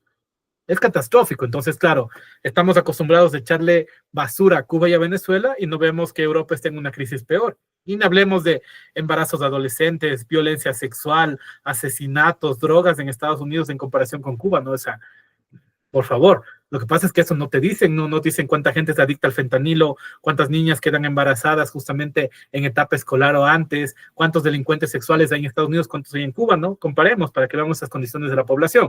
Obviamente el macroeconómico, ¿no? Pero esto que te afecta el diario vivir de la gente, no hay comparación, por eso nunca te lo van a decir, ¿no? Claro, claro. Ahora, un hecho que es imposible no mencionar es lo que está pasando en Palestina. Casi 70.000 personas asesinadas y con la intención clara de esta cosa que se llama Israel, de anexar toda la franja de Gaza, ¿cierto? Es decir, achicar aún más el Palestina. Eh, ¿Cómo, qué, qué está pasando que este genocidio se está llevando a cabo a vista y paciencia del mundo? Y igual que en épocas pasadas, eh, la ONU es lo más ineficiente que puede haber. O sea, más allá de sus declaraciones, que no sirven de nada, ¿cierto? Las flotas que envían alimentos casi no pueden entrar, ¿ya? O simplemente no entran. Y Israel está ocupando a vista paciencia del mundo el hambre como arma de destrucción masiva. Y no solo eso, ¿cierto? Está haciendo que los niños sean un objetivo militar. Entonces, ¿qué está pasando? ¿Qué pasa con el mundo actual que ese genocidio se está llevando a cabo eh, sin ningún problema? Y en lo que es peor, lo que es peor, se lleva a cabo muy en directo. Bueno, a ver, ¿qué decimos nosotros? Nosotros decimos que la entidad sionista es un anacronismo, ¿no? Es decir, que esa es una forma de colonización propia del siglo XIX, comienzos del siglo XX, como pasaba en África, en otros lugares del planeta, y que por desgracia los palestinos estalló en el siglo XX a mediados, ¿no? Y que se ha mantenido. Es el único lugar donde hay apartheid en esa forma, ¿no? Ya no esos apartheid nuevos tecnológicos, sino económicos propiamente dichos. Tenemos esta cuestión de invadir un territorio y hacer daño a ese territorio, como pasaba en Rhodesia, en Sudáfrica, en el siglo XX. Es decir, es un anacronismo. La entidad sionista, como muy bien la calificó Irán, es de eso, ¿no? Y por eso es que su brutalidad es de esta manera, porque estamos viendo cosas que quizá ya en esta época de la historia no se ven, ¿no? Porque ya se ven de otra manera, no porque no hay.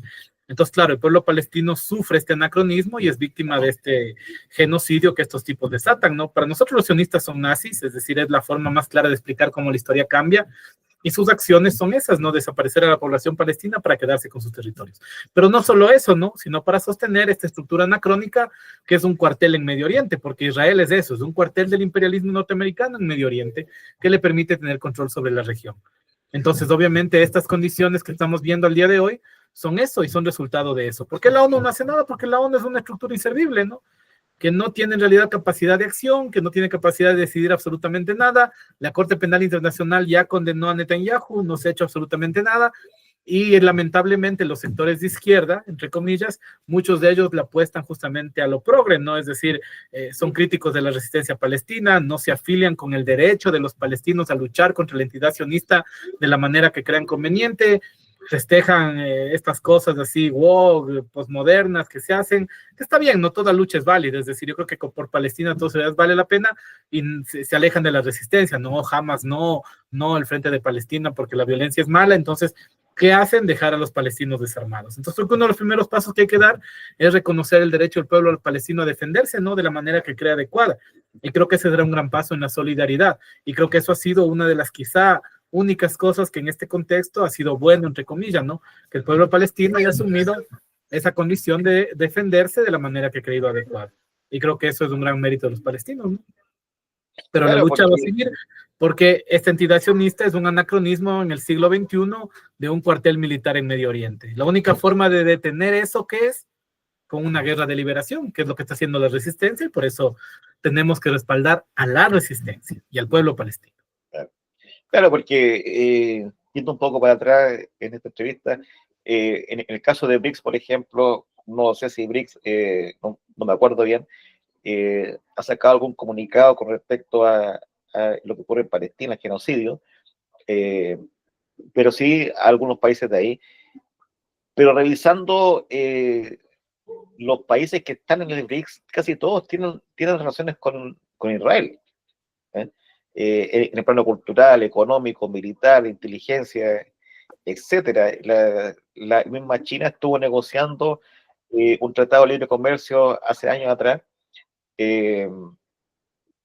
pero también hace años atrás esta anexión de territorio palestino a la entidad israelita y el genocidio también se está llevando a cabo, no es reciente.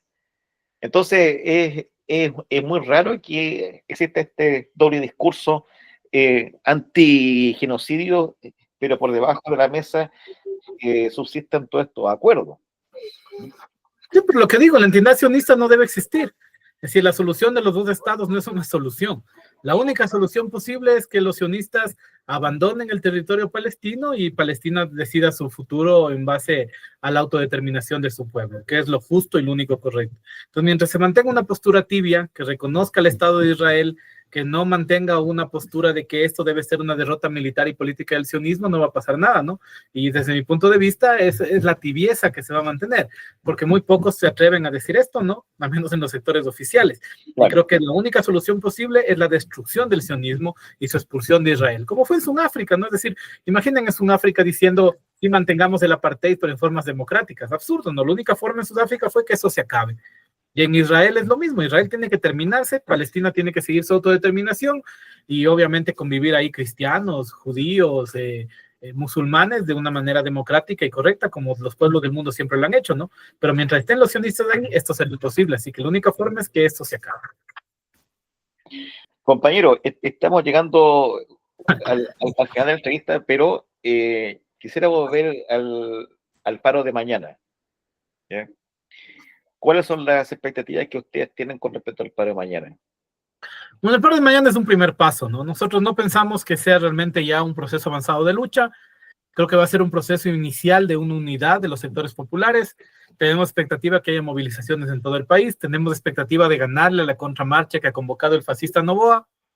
Y tenemos la expectativa de que las fuerzas populares logren alinear un discurso que vaya hacia la propuesta de una huelga general. Eso es lo que hay para mañana. Entonces, en el Ecuador mañana está empezando una lucha, ¿no? No es la expectativa que mañana va a haber un estallido, ni mucho menos. Para eso falta. Pero sin duda mañana es un buen paso que se va a dar. Yo creo que le vamos a derrotar a Noboa en las calles, es decir, va a haber mucho más gente del bando popular que del bando de los fascistas. Creo que además va a haber una unidad de los sectores populares y creo que además los sectores revolucionarios van a tener una participación heroica, democrática, patriótica, como corresponde, y que eso nos va a permitir seguir creciendo y fortaleciendo esta postura antifascista que ojalá en algún momento constituya este instrumento de la revolución que es un frente antifascista. O sea, es el inicio de la construcción de algo más sólido. Sí, sin duda, aquí eso está empezando, esto va para largo, ¿no? Esto va a ser un proceso duro, mañana estamos comenzando, va a ser largo, va a ser doloroso, mientras mejor nos vaya, peor van a reaccionar los fascistas, así que esto se viene fuerte, pero es bueno empezar, dar este paso va a ser importante. Ojalá que sea así y ojalá que sea contundente la expresión popular, que sea combativa y que logren arrinconar a este empresario, que es muy parecido a Piñera en todo caso. Piñera era uno de los hombres más ricos de Chile y Noboa también, de Ecuador. Compañero, esperando que al pueblo ecuatoriano le vaya estupendo mañana, quisiera a través suyo mandarle un caluroso saludo a los compañeros Omar Campoverde, a Gabriela y a Carlos, especialmente a Gabriela porque la conocimos en Socorro Rojo, Nuestra América. Hay un aprecio enorme por ella y también por los otros compañeros presos. Y esperamos que esté bien de salud, que se mejore, que trate de estar en las mejores condiciones posibles, sabiendo que son condiciones muy adversas, muy brutales. Y también dejar invitado también al movimiento. Nuestra página América Rebelde está a plena disposición para que lo que ustedes necesiten. Y bueno, dejarlo invitado y amarrado. Tenemos para una próxima entrevista posterior al paro, unas semanas más, para ver en qué está en la clase trabajadora el pueblo ecuatoriano posterior a este paro. Y si fuera posible, un segundo encuentro. Chévere, compa, gracias a la solidaridad. En algún rato los compañeros saben, ¿no? Siempre se les comparte a las familias para que les cuenten lo que se hace por acá afuera, entonces sin duda lo sabrán. Y nada, nosotros aquí seguimos en trinchera, siempre estaremos aquí dispuestos a conversar un ratito, a difundir la ideología proletaria, la necesidad de la lucha, y bueno, ya nos veremos en una otra oportunidad. Le agradezco un montón su paciencia. ¿Ya? Ha sido muy ilustrativo lo que usted nos ha contado sobre Ecuador, queda mucho más claro. Y también queda bastante claro los objetivos, principios del guevarismo en Ecuador. Muy interesante su respuesta. Y bueno, un fuerte abrazo, suerte mañana y muchos cariños y saludos, ¿cierto? A Omar, a Gabriela y a Carlos. Listo, Muchas Juanpa. gracias. Un abrazo también. Hasta luego. Muchas